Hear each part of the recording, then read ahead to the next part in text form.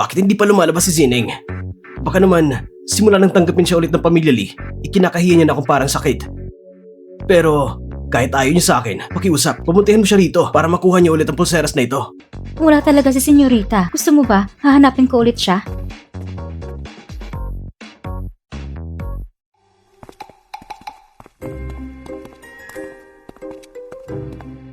Mr. Fu, aakit ba tayo at dalhin si Fu yun? Huwag ka magmandali. Kahit magulo siya, lumaki siya sa pamilyang Fu.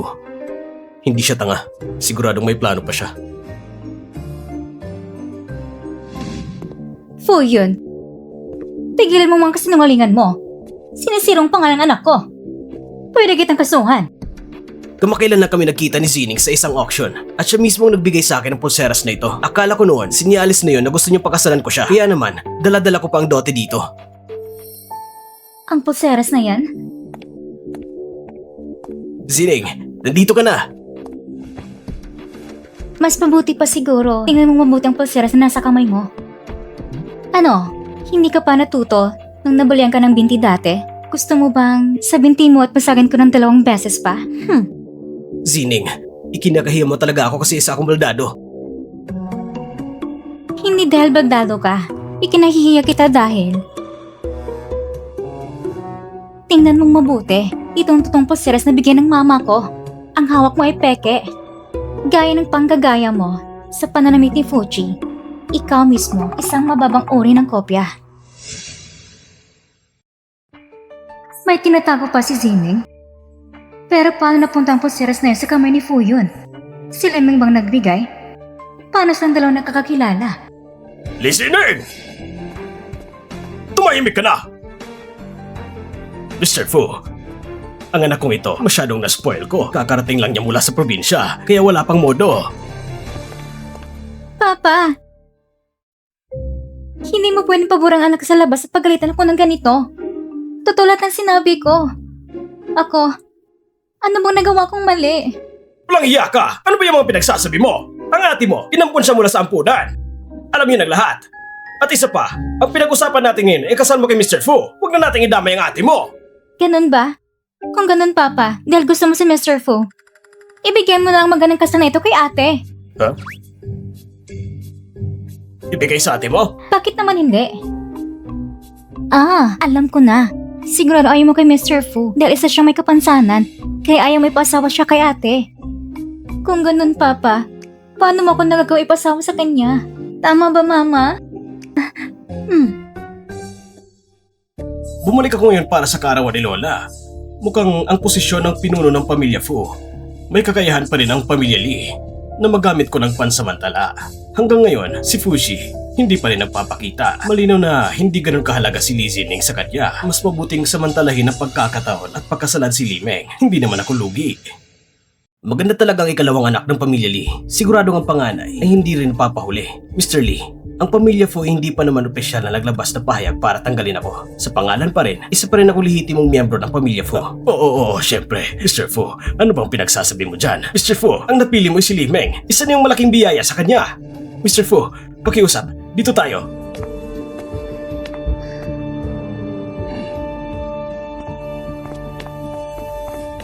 Ang pamilyang Fu, hindi talaga basta-basta. Siya pa mismong pumunta rito para gumawa ng eksena, ginamit ang pera para pilitin si Papa na ibentang anak.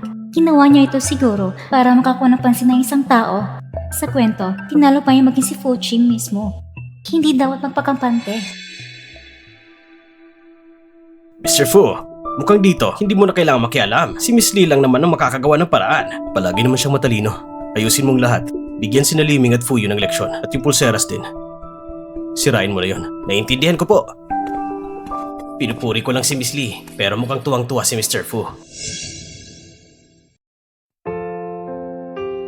Mama, ngayon, si Liming ay parang bumalik pa sa sariling bitag. Tapos ng tungkol kay Liming, ngayon naman, ang mga kuya ko, hindi ko alam kung sino sa kanila ang susunod gustong saktan ni Papa sa mga kawawa kong kuya. Tama na, Zining. Huwag ka nang mag-isip pa. Bukas, ang karoon ni matandang ginang Fu. Ayusin mong sarili mo. Sasamahan kita. Sa handaan? Oo nga, malapit ng karoon ng matalanginan ng pamilya Fu. Sa kasiyahan, magkakagulang pamilya Fu at si Fuchi ay maaaksidente at mawala ng malay. Ang hahalili at magaganap ang malalaking pagbabago sa negosyo. Lahat na nagkipagtrabaho kay Fuchi ay pinalis ni Fu yun at napilitang magsara o malugi. Kasama ng pamilya sa mga naapektuhan at tuluyang nalugi. Dahil doon, inatake si Lolo at nagkasakit. Nagkasakit? Hindi pwede. Hindi ko pwedeng hayang magtagumpay si Fu yun. Kailangan ko iligtas ng pamilya Lin. Ay, Zeneng?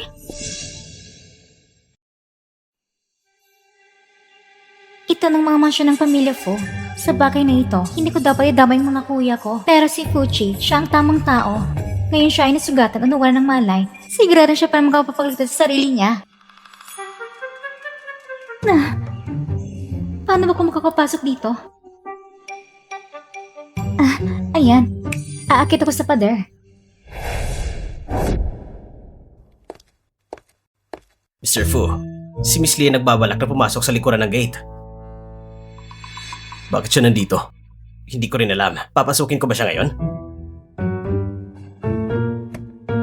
Hindi na kailangan. Buksan mong likuran na pinto. Bigyan mo ng isang araw bakasyon ng mga kasambahay. Kung walang mahalaga, huwag akong istorbohin. Mr. Fu, ang ibig mo bang sabihin na magkaroon kayo ng oras ni Miss Lee na kayong dalawa lang? Huh? Grabe, mansyon na ng pamilyang Fu. Ang hinglaman ng seguridad nila.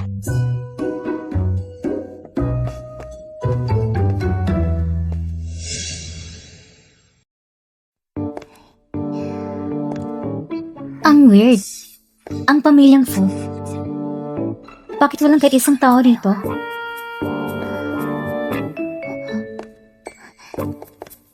Wow!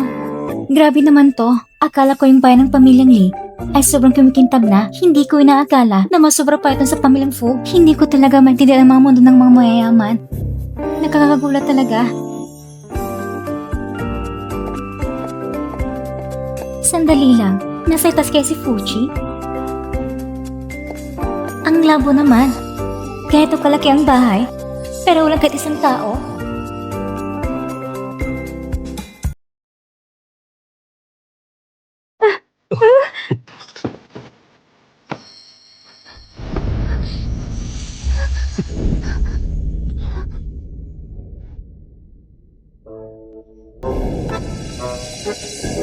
Anong problema mo?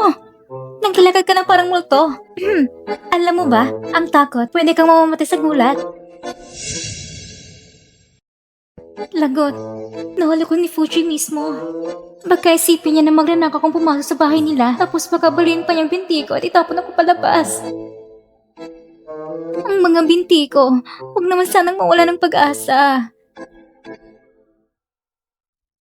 Pero, kung iisipin, itong taong ito, ang katawan niya, ang ganda naman yan. Ang abs niya, ang dibdib niya, grabe naman. Parang naglalakad ng hormone sa lupa.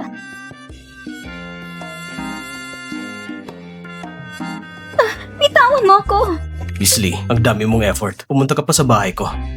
Para lang magpaakap. Sino bang gusto mong paakap ha? Ang aga-aga pa lang, maliligo ka na. At suot mo pa. Sobrang revealing. Walang hiya.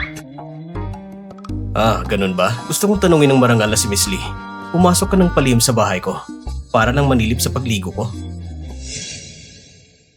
Para nang manilip sa pagligo ko. Nanilip? Hindi diretsahan akong tumingin. Ganit ang kagandang katawan. Sayang kong hindi titingnan. Ang dibdib, ang abs, hindi lang ako tumingin. Pati sa panaginip, natutulog pa ako sa'yo. Imposible. Nandito ako. May tutungpakay ako. Naglibot ako sa bahay mo. Wala ni isang kasambahay at aksidente lang napasok ko itong kwarto.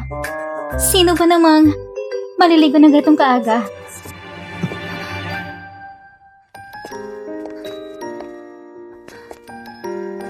Hindi ba't sinabi mo na may kailangan ka sa akin? Mr. Fujio, nandito ako ngayon para makipag-usap tungkol sa negosyo. At anong karapatan mong isipin na may tsansa ka makipagnegosyo sa akin?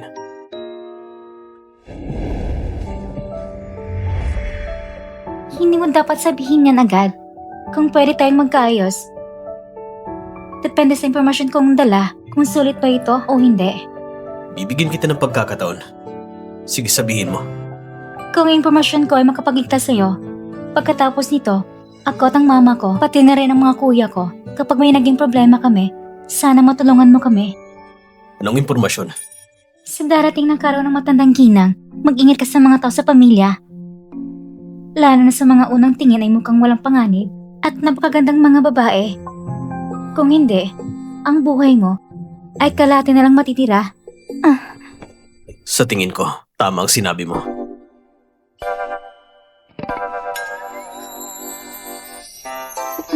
Saan ka tumingin? Saan ka tumingin? Kung tutuusin, maganda rin naman ako, pero si Fuchi, walang kahit anong interes sa akin. Baka nga talaga gusto niyang mga lalaki. Sayang naman, ang ganitong kagandang itsura, hindi pala kapag-ipakinabang.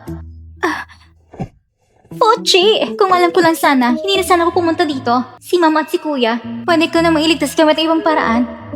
Hindi ko na sana ginawa ito ngayon. Mas mabuti pang hayaan kitang mapahamak sa karawan at mawala ng kalating buhay. Mamaya, papasabay kita kay Gao Yuan para ihatid ka pa uwi. Salamat, Mr. Fujiyo, pero kaya kong umuwi mag-isa. Isa pa, Presidente, mag-ingat ka sa mga nasa bahay mo. Mr. Fu, umalis na si Miss Lee sa likuran ng pinto. Tignan mo kung sino-sino ang kinakausap ni Fu yun itong mga araw. Naintindihan ko po.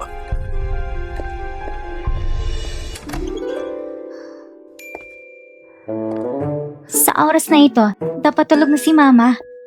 Senyorita, matagal na naghihintay ang ginang sa sala. Hinintay ka talaga niya. Lagot ako. Baka malaman ni Mama na pumunta ko sa masyon ng pamilya Fu.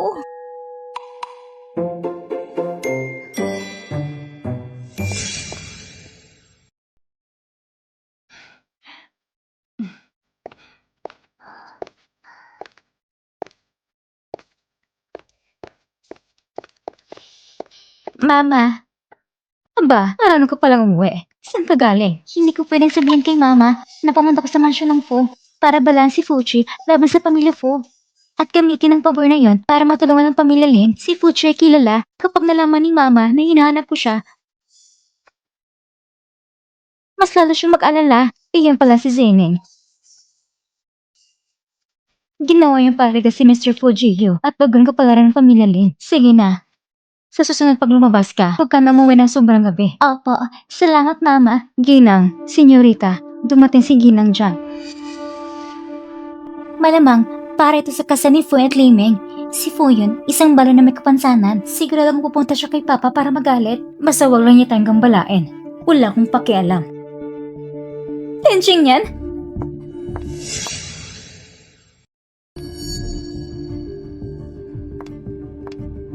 Jiangxi.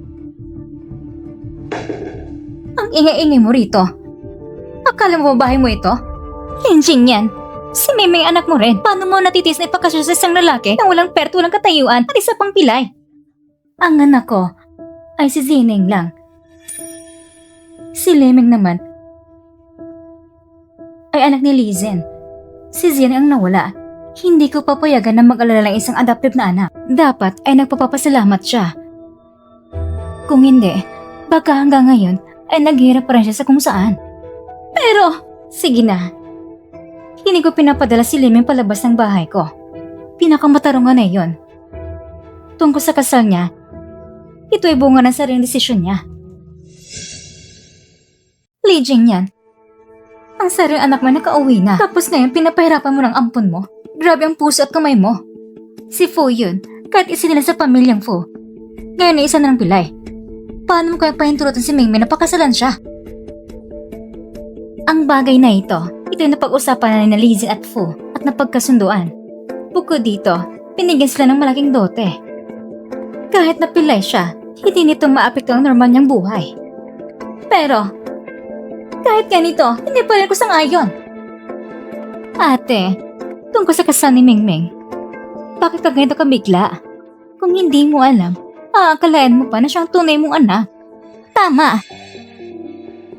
Si Mimi ang pinalaki ko. Magang namatay ang kuya mo. Wala na akong anak na babae. Kaya itinuturing ko siya sariling anak. Maliban na alagaan ko siya. Ate, nagbibiro lang ako. Bakit ka kinakabahan? Namayapa ang asawa mo at si tatay matanda na kung biglang lilitaw ang ganitong malaking anak na babae. Nakakatuwa rin pala sa mga hindi nagkakaalam. Aakalain nilang ikaw ay nagkanap ng lihim sa iba. Manugang, ano bang ibig sabihin nito? Kahit na namatay na ang kuya mo, hindi ko kailanman iiwan siya. May kailangan pa kong ayusin. Aalis na ako. Mama, sila may anak sa labas na kasal. Bakit hindi mo isiwal ang katotohanan sa kanila? Tama, bakit si Lizen hindi pa nasasabi kay Jiangchi na alam ko nang tungkol sa relasyon nila? Mukhang hindi rin sila totoong matataang pagmamahalan. Hindi perpekto. Ngayon, hindi pa tamang oras para isiwalat sila ng maaga. Kung gagawin niyon, diretsyong lalapit sa akin upang asarin ako. Ngayon, ayos lang naman hindi ba? Tingnan mo, para silang mga payaso na naglalakad-lakad. Ang galing mo talaga, Mama. Sige na. Medyo gabi na. Bumalik ka at magpahinga.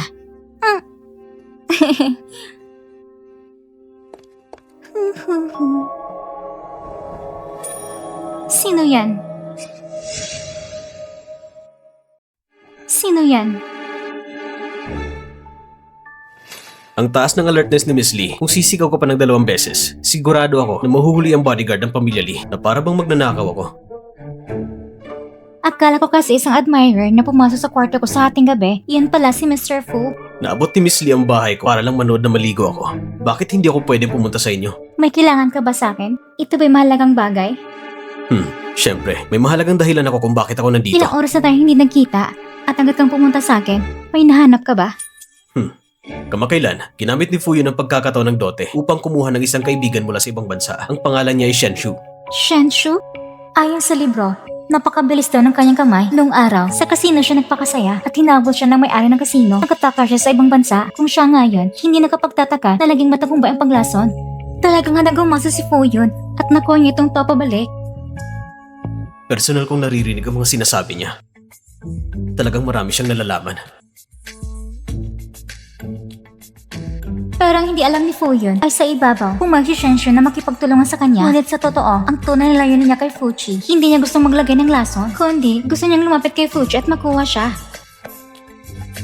Talaga nga, pang-akit ng lalaki si Shenshu kay Fuchi ay tunay na malalim ang damdamin. At si Fuchi naman talaga, alam niyang hindi niya gustong babae, bakit pa niya inaakit yon?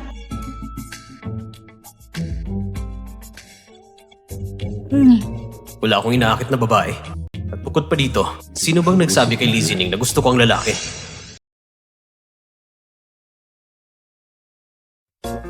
Anong problema, Juye? Wala naman.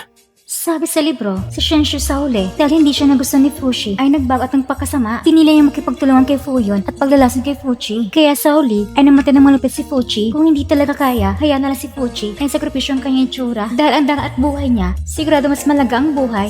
Ang iba pang bagay pangalawa na lang. Anong sabi mo? Wala naman ako sinabi. Chuyi, tanghali na halos. Pumunta ka pa sa akin silid sa pamamagitan ng bakod. Kung hindi alam ng iba, aakala may malaking dahilan ka. Wala naman pala. Curious lang ako, bakit si Miss Lee ay labis na nag-aalala sa kaligtasan ko? Hindi ba ibig sabihin, umiibig ka na sa akin? Ano ba yan? Umiibig ako sa'yo? Napakialam mo naman sa sarili mo. Maganda mo yung mga katangian. Hindi rin naman ako pangkaraniwan. Chuye, ikaw'y alam mo sa mundo ng negosyo. Gwapo ang itsura, madali ang desisyon sa negosyo, mayaman. Kaya kahit umiibig ako sa'yo, hindi naman nakakagulat, hindi ba? Bukod pa rito, sa mundong ito, alin ang batang babae ang hindi gusto mag-asawa sa'yo? Ikaw. Ako? Ano ako? Kung totoong nangyari ngayon, tatanggapin ko na may utang ako sa'yo. Pero sa bagay na ito, huwag ka na makialam.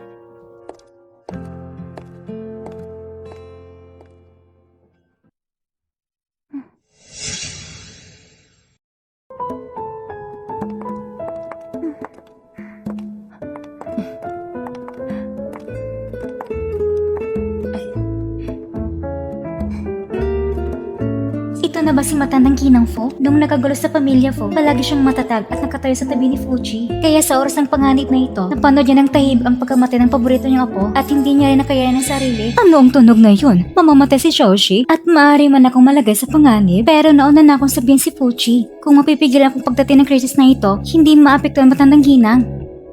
Ang batang ito, inabal ang mga bagay sa loob ng pamilya Fu at nangas pang makialam. Zining, magpakabait ka, huwag kang gumawa ng kung ano-ano. Opo, Mama. Ang narinig ko kanina, siya yun? Itong batang babae na ibinalik ng pamilya Lee. Narinig ko pang kanyang iniisip. Totoo bang sinasabi niya? Si Mr. Fu yun ay may dinalang babae. Nandito na. Ang tampok na bahagi ng araw na ito ay dumating na.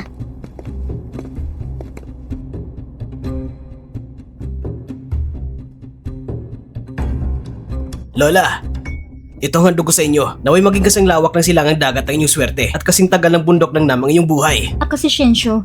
Kaibigan ni Fu yun. Ito na si Shinshu.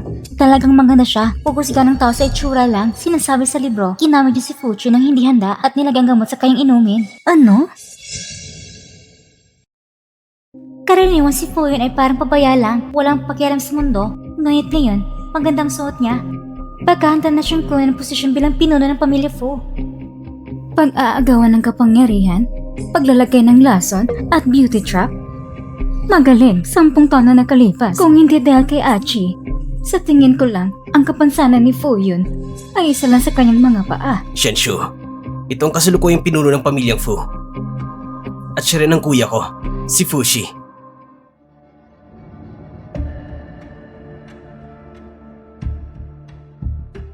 Kumusta ka, Fuji?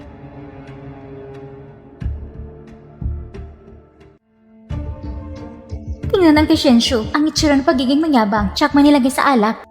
Hindi ba matalino si Fuji? Noon ako na siyang pinagsabihan. Paano niya hindi nakitang malit ng panilang na ito? O baka naman, handa na siya noon pa man. Lola, medyo hindi magandang pakiramdam ko. Aakit muna ako para magpahinga. Lola, ako rin aalis muna.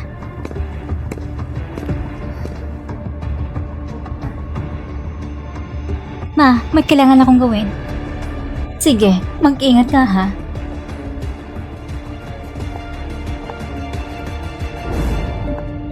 Fuji? Fuji? Fuji?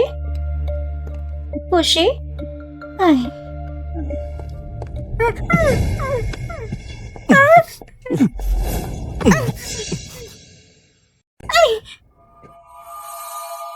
Shh. Fuji? Fuji? Fuji? Fuji, nawa ka ng gamot ko. Sa ng kalahating oras, maaanto ka. Ako na may hawak sa'yo, hindi ka makakatakas. Wala ng pag-asa.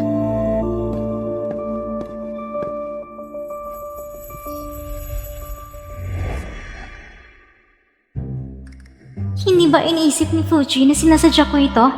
Pero, masarap pa rin halikan. Sayang lang, na lalaking gusto niya.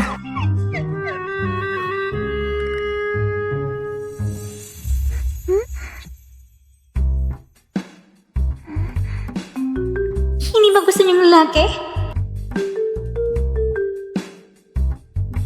Ligtas ang kwarto. Manatili ka lang dito. Huwag kang lumabas.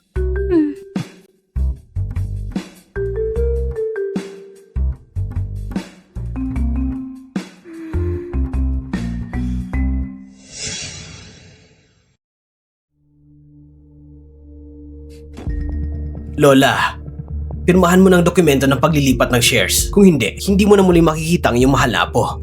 Ano bang ibig mong sabihin? Anong ginagawa mo ko, Shoshi? Pinainom ni Shenshu si Fushi ng malakas na gamot. Hindi siya makakagising agad. Nung una, sinira niya ang mga pako. Ngayon, pagbabayarin ko siya. Ikaw na malaking alak na hindi tapat. Hindi ko dapat pinapatawad. At pinabayaan si Shoshi. Pagkakamali ko talaga. Walang kwentang maraming salita. Pumirma ka na. Kapatid, bumalik na kayo. Dumating agad si kuya matapos matanggap ang mensahe ni Bayaw. Hanggang ngayon, hindi pa siya bumabalik. Ma, hahanapin ko muna si kuya. Magpahinga ka muna ng maayos. Sunod kasi yung kapatid. Siguro din ang kanyang kaligtasan. Opo. Oy, hintayin mo ako!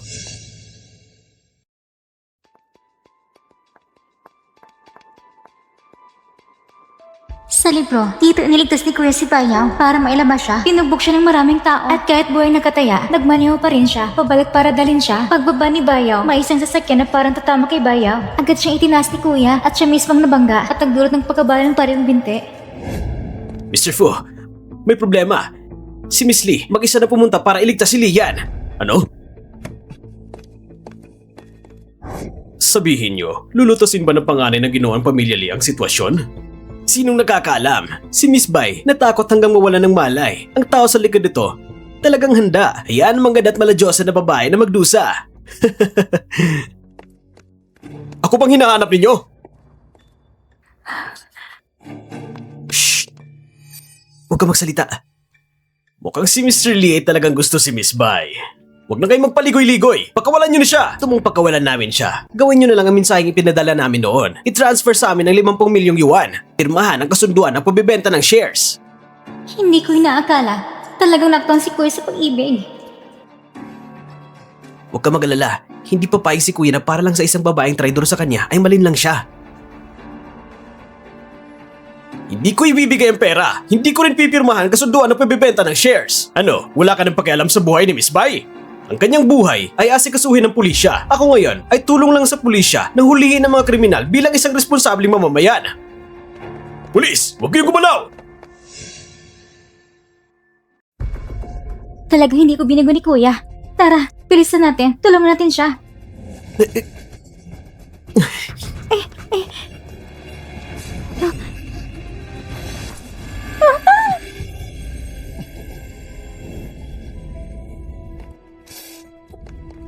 Bilis, bilis! Fuchi? Bakit ka nandito? Si Lian ay ginamit ng plano para pumasok sa kanilang bitag. Bakit ka mag-isa? Parang dinadagdagan mo lang ang problema. Sobrang nag-alala ako sa'yo. Masyado na akong balisa.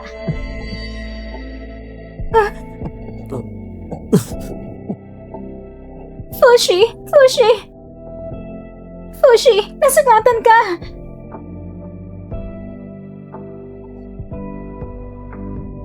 Listening. Tapos na ang lahat. Fushi! Magpagkatatag ka! Dadalhin kita papunta sa ospital. Parang mahal na kita. Fuji! Huwag kang mapahamak! Hindi mo ba sinabi na manalangit ka sa akin? Saan ang pangako mo? Huwag kang mapahamak, ha? Fuji!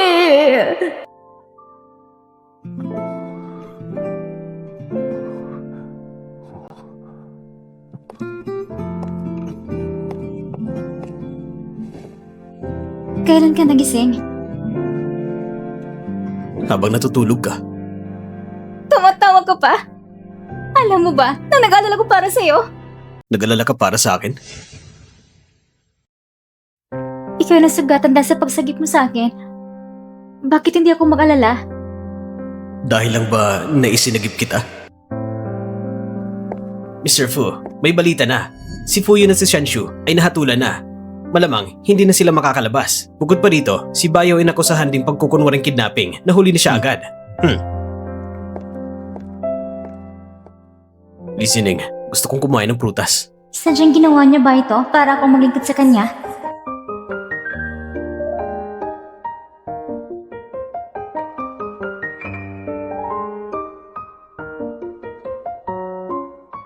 Fuji, tinitingnan mo ko ng ganito. Hindi kaya gusto mo ako? Ano sa tingin mo? Kung talagang gusto kita, anong maiisip mo? Hindi kaya si Fushi talagang gusto niya ako? Pero pagkatapos kong matapos ang misyon, babalik na ako. Matapos ang misyon, babalik? Listening, hindi mahalaga kung sino ka. Hindi kita papayagang umalis. Listening, huwag mong kalimutan. Pinagsamantalahan mo ako, kaya kailangan mong managot. Anong gagawin ko? Sobrang gwapo talaga ni Fuchi. Paano ko ito maiiwan? Talagang medyo nahirapan akong iwan siya.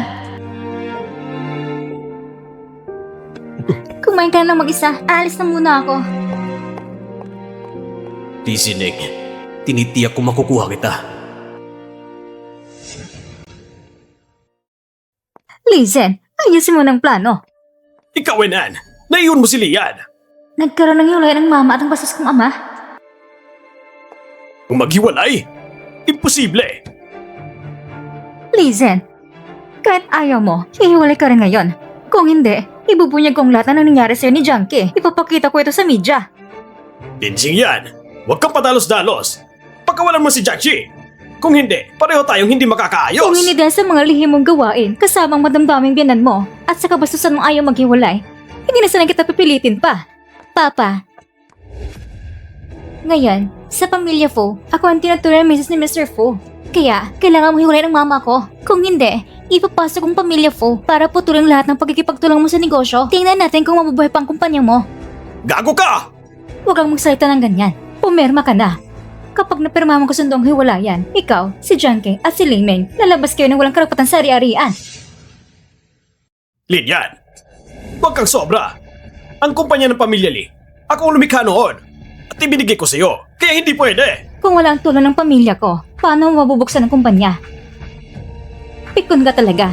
Hindi kailangan ng pamilya ko. Ang pamilya Lee namin ay kayang pabagsakin ka ng madali. Mapapahamak ka.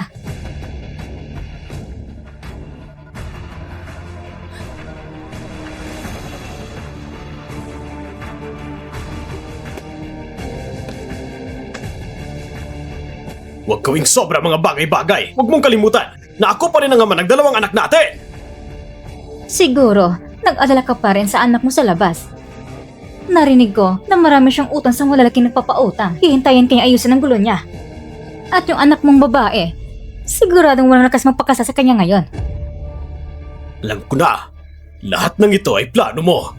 Hindi ba? Linjing yan. Peste ka! Huwag mo lapitan ang mama ko. At ikaw rin! Lumayas ka! Dahil mo si Junket, umalis na kayo. Kung hindi, ibubunyag ko lang ang ginawa niyo sa media. Kayong magsisi! Mama, huwag kang magalit sa kanila. Kapag na-stress ka, hindi sulit. Walang problema si Mama. Madam, si Leme ay umiyak at ay umalis. Gusto niyang makita ka. Ma, ako yung pinakaingat mo anak na babae. Talaga ba ayaw mo na sa akin? Huwag mong utawaging Mama. Ang mama mo ay si Janshi. Hindi ba alam mo na noon pa? Alam mo rin kung paano nawalang anak ko noon. Hindi mo ba alam lahat ng ito? Sa lahat ng taong ito, ginamit mo ako, pinagkain at pinapatuloy pa kita, pinalaki kita. Pero ikaw, pinaplano mo ipahamak ang aking tunay na anak na babae.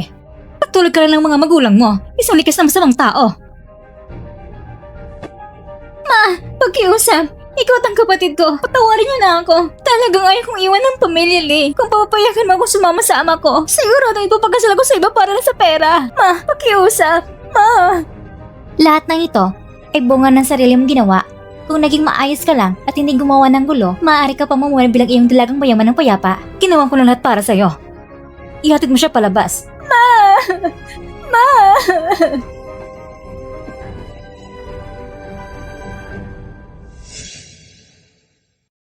Nitong mga araw na ito, inalaga mo si Mr. Fu. Namula ng mata mo. Bumalik ka na at magpahinga.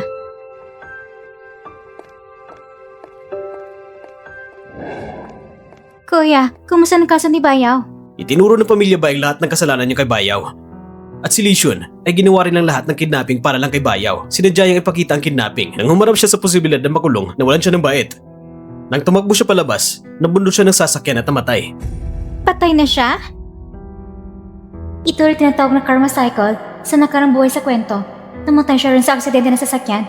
Nang pagkakataong ito, ang kapinsalaan niya ay siya na mismo magdaranas. Ah, oo nga pala. Lahat ng tao sa labas ngayon ay sinasabi na ikakasal ka na raw kay Mr. Fu. Sino nagsabi? Hindi pa ako ikakasal sa kanya. Pagkatapos na dumating ng mga kasal ng pamilya Fu. Fushi, hintayin mo ako! Fushi, Kailan ako pumayag nakakasal sa'yo? At dala mo pang kasal sa bahay namin. Ngayon, lahat ay nakakalam na ikakasal na ako sa'yo. Paano ba yan? Ginawa mo na ako hindi maipagmamalaki. Zining, ikakamit talaga kita. Kahit hindi tayo ikakasal ngayon, balang araw, ikakasal din tayo. Bukod pa dito, nasaktan pa ako dahil sa'yo. Ang utang na loob, dapat ipakita mong pagmamagitan sa sarili mo. Walang hiya ka. Salamat sa papuri.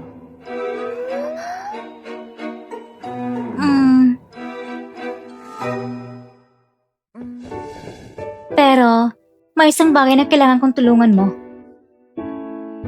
Anong bagay na yun? Yung anak sa labas ng papa ko. Si Lishon, nakataka siya. Ang kanyang presensya ay palaging panganib. Pwede mo ba siyang hanapin para sa akin?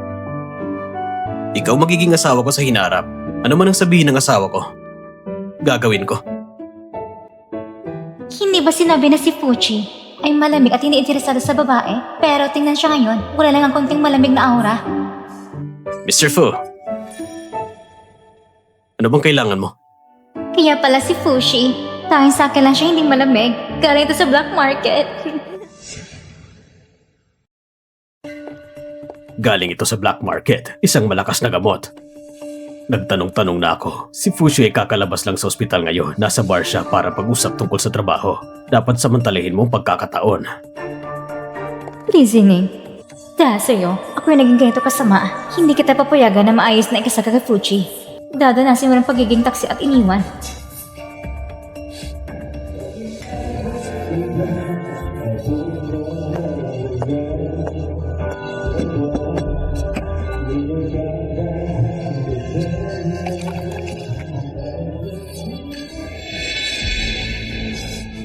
Maghintay ng 10 minuto para maumpisa ang bisa ng gamot. Pagkatapos, ikaw ay magiging akin na. Simula ngayon, akong magiging young mistress ng pamilya Fu. At si Lei Zining na mababang loob na babae, palagi lang kitang matatapakan sa aking mga paa.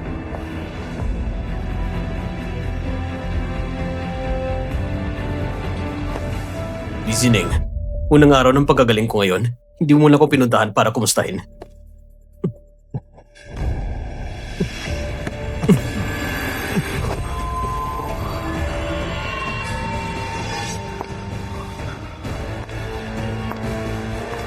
Mr. Fu.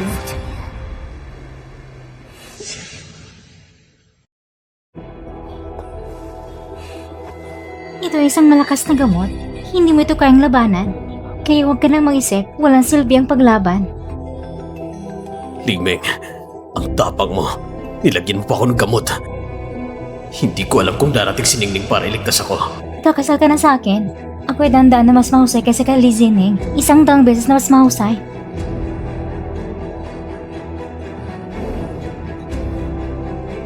Ningning, Fushi! Fushi! Nagkakainis ka. Hintayin mo. Dadalhin kita ng tulong ngayon. Fushi, nasaan ka ba talaga? Saan ka pupunta, ha? Tara. Seryoso ka ba, Fushi? Nahawa ka na ng gamot. Wala nang lakas ang katawan mo. Hindi ka makakatakas. Sumuko ka na lang. Sa inyo lang. Karapat dapat ba? Di ko akalaing dito ko makikita si Lishon. Kung hindi kayo darating, ang asawa mo, ang aking kabanalan ay mawawala. Matagal ko nang tinitiis ang lahat ng hirap. Hindi pwedeng masayang lahat. Lishon! Kung gagalawin mo si Fushi, papatayin kita! Ikaw! Pulis! Minto kayo! Fushi, nandito na ako. Iniligtas na kita.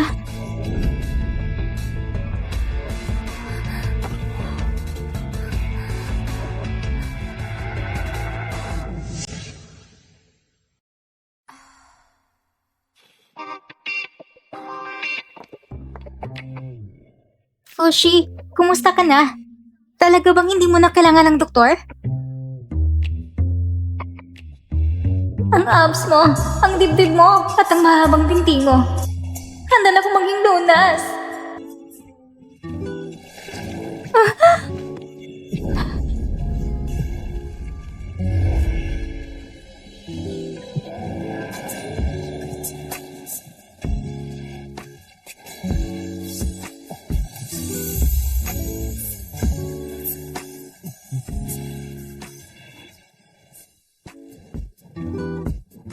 Ningning, first time mo pang humalik. Hindi pa ako sanay. Gagamitin ko na lang bilang practice. Isang karangalan.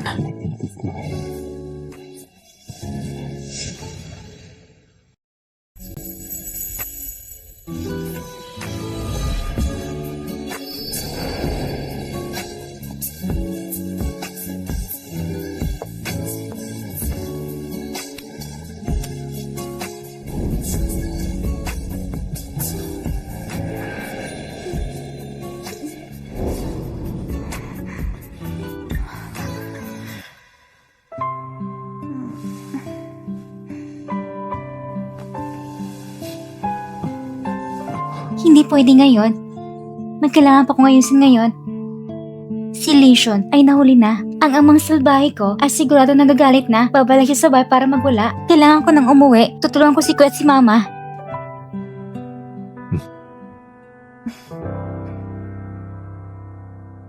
Kuya! Narinig mo ba? Nahuli na si Lesion at si Limeng na naglagay ng gamot kay Fushi. Nahuli rin! Narinig ko na. At si Zining, hindi nakaway buong gabi.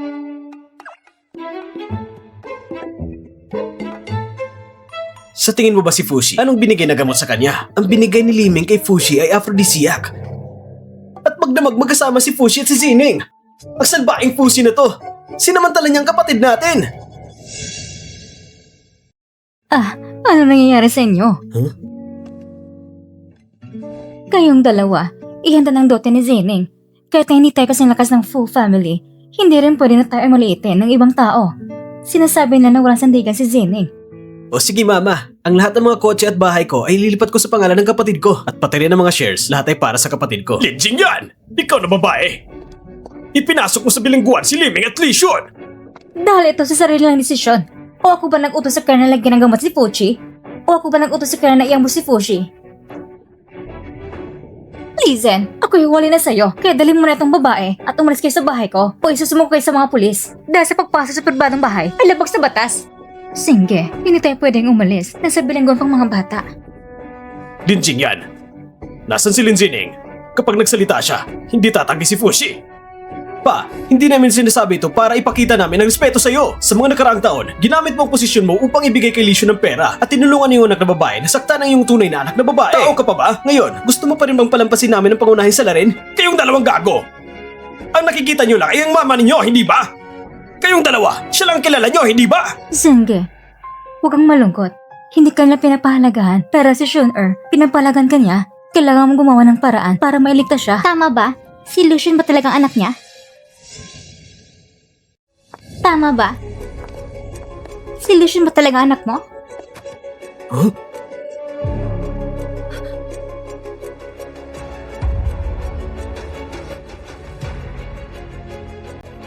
Ginamit ng babaeng ito ang perang binigay mo sa kanya para hanapin ng ibang lalaki, samantalang paborito mo nga lang si Lucian ay hindi mo pala tunay na anak? Lahat yan ay hindi totoo! Salbahe ka! Niloko mo ako! Nung nakarang buhay, si Lizzie ay nagloko at sinaktan si Mama at Kuya. Ngunit sa buhay na ito, si Lizzie ay nagloko at sa huli ay nagdusa sa kanyang kasamaan. Ito'y kabayan sa kanyang mga ginawa. Binabati kita. Matagumpay mong nabago ang kapalaran ng lahat. Ngayon, maaari ka nang bumalik sa totoong mundo. Talaga bang kailangan kong umalis? Ngunit ayaw kong iwanan si Mama at ang mga kuya at ayaw kong iwanan si Fuji. Hindi ba talaga pwedeng manatili? Kung gusto mong manatili sa mundo ng libro, pwede rin. Ngunit kung ganoon, hindi ka na magkakaroon ng pagkakatanong kabalik sa totoong mundo. Habang buhay ka nang mamumuhay sa mundong ito. Sige, pumapayag ako. Mananatili ako. Gusto kong palaging makasama sila. Sige, naway maging masaya ang hinaharap. Ang sistemang ito ay tuloy maghiwalay sa'yo. Fushi, magpakasal na tayo. Sige,